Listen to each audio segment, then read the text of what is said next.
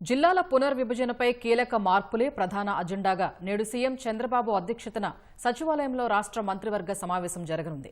రుషికొండ నిర్మాణాలు, ఆతిథ్య రంగానికిచ్చే ప్రతిపాదనలు పరిశీలించడంతో పాటు సీఆర్డీ అథారిటీ నిర్ణయాలకు కేబినెట్ ఆమోదం తెలపనుంది. అమరావతి క్వాంటం కంప్యూటింగ్ భవనాల నిర్మాణం టెండర్లకు మంత్రివర్గం గ్రీన్ సిగ్నల్ ఇవ్వనుంది. అన్నమయ్య జిల్లాపై పీఠముడి తెగలేదు. నేడు సీఎం చంద్రబాబు అధ్యక్షతన జరిగే మంత్రివర్గ సమావేశంలో దీనిపై చర్చించి కీలక నిర్ణయం తీసుకోనున్నారు. కొత్తగా ఏర్పడే మదనపల్లి జిల్లాలో రాయచోటిని కలిపి రాజంపేటను కడపలో కలపాలని నిర్ణయించారు. రైల్వే కోడూరును తిరుపతిలో కలపనున్నందున రాయచోటిని జిల్లా చేయలేని పరిస్థితి ఏర్పడింది. దీనిపై నేడు జరగనున్న మంత్రివర్గంలో చర్చించి ఓ నిర్ణయం తీసుకోనున్నారు. ఈ నెల 31న జిల్లాల పునర్విభజనపై తుది గెజిట్ నోటిఫికేషన్ విడుదల చేయనున్నందున మంత్రివర్గంలో చర్చించి నిర్ణయం తీసుకుంటారు. అమరావతి క్వాంటం వ్యాలీలో 2 ఎకరాల్లో 103.96 కోట్లతో క్వాంటం కంప్యూటింగ్ సెంటర్ భవన నిర్మాణానికి L1గా నిలిచిన బిడ్డర్కు టెండర్ ఖరారుకు నేడు మంత్రివర్గం ఆమోదం తెలపనుంది. ఉండవల్లి వద్ద 8,500 క్యూసెక్కుల సామర్థ్యం గల పంపింగ్ స్టేషన్ను 443.76 కోట్ల వ్యయంతో నిర్మించేందుకు గ్రీన్ సిగ్నల్ ఇవ్వనుంది. అమరావతి క్వాంటం కంప్యూటింగ్ సెంటర్ భవనం నిర్మిత ప్రాంతం సుమారు 43,000 చదరపు అడుగులు ఉండనుంది.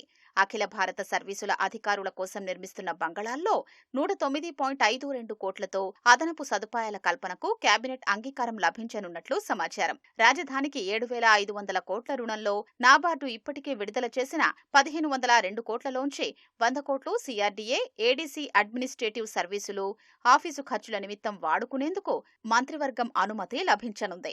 రాజధానిలో కేంద్ర ప్రభుత్వ ఆయుష్ మంత్రిత్వ శాఖ ఆధ్వర్యంలో 750 కోట్లతో ఆసుపత్రి నిర్మాణానికి శాఖమూరు గ్రామం వద్ద 23.127 ఎకరాలు కేటాయించింది.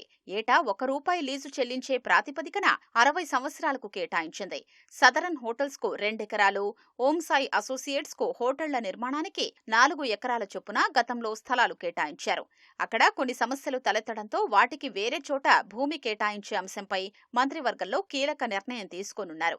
కృష్ణాయపాలెం, వెంకటపాలెం, ఉండవల్లి, పెనుమాక రైతులకు స్థలాలు కేటాయించిన ఎల్పీఎస్ జోన్లు 8, 11లలో 1,358 కోట్లతో మౌలిక వసతుల అభివృద్ధికి అనుమతి లభించనుంది. విశాఖ రుషికొండపై గత ప్రభుత్వం నిర్మించిన భవనాల్ని వినియోగంలోకి తేవడంపై మంత్రివర్గ ఉపసంఘం ఇప్పటికే పలుమార్లు సమావేశమై కొన్ని ప్రతిపాదనలు సిద్ధం చేసింది. వీటిపై ఇవాళ చర్చించనున్నట్లు తెలుస్తోంది. ప్రజాధనంతో నిర్మించిన ప్యాలెస్లను సాధారణ, మధ్యతరగతి ప్రజలు వినియోగించుకోలేని పరిస్థితి ఉంది. వీటిని పర్యాటక అభివృద్ధి కోసం ఆతిథ్య కేంద్రాలుగా మార్చాలని సూత్రప్రాయంగా నిర్ణయించిన ఉపసంఘం వీటిని ప్రైవేటు వారి ద్వారా నిర్వహించేందుకు ప్రయత్నాలు ప్రారంభించింది. అత్యంత విలాసవంతమైన భవనాలు కావడంతో వీటిని తీసుకునేందుకు జాతీయ, అంతర్జాతీయంగా పేరొందిన సంస్థల్ని ప్రభుత్వం ఆహ్వానిస్తోంది. రుషికొండ ప్యాలెస్ సహా ఇతర భవనాలు ఆనుకొని ఉన్న 9 ఎకరాల భూమి వినియోగం కోసం బిడ్స్ దాఖలు చేయాలని యోచిస్తోంది. ప్రఖ్యాత టాటా గ్రూప్ సహా 5 సంస్థలు ముందుకు రావడంతో మంత్రివర్గంలో చర్చించి నిర్ణయం తీసుకోనుంది.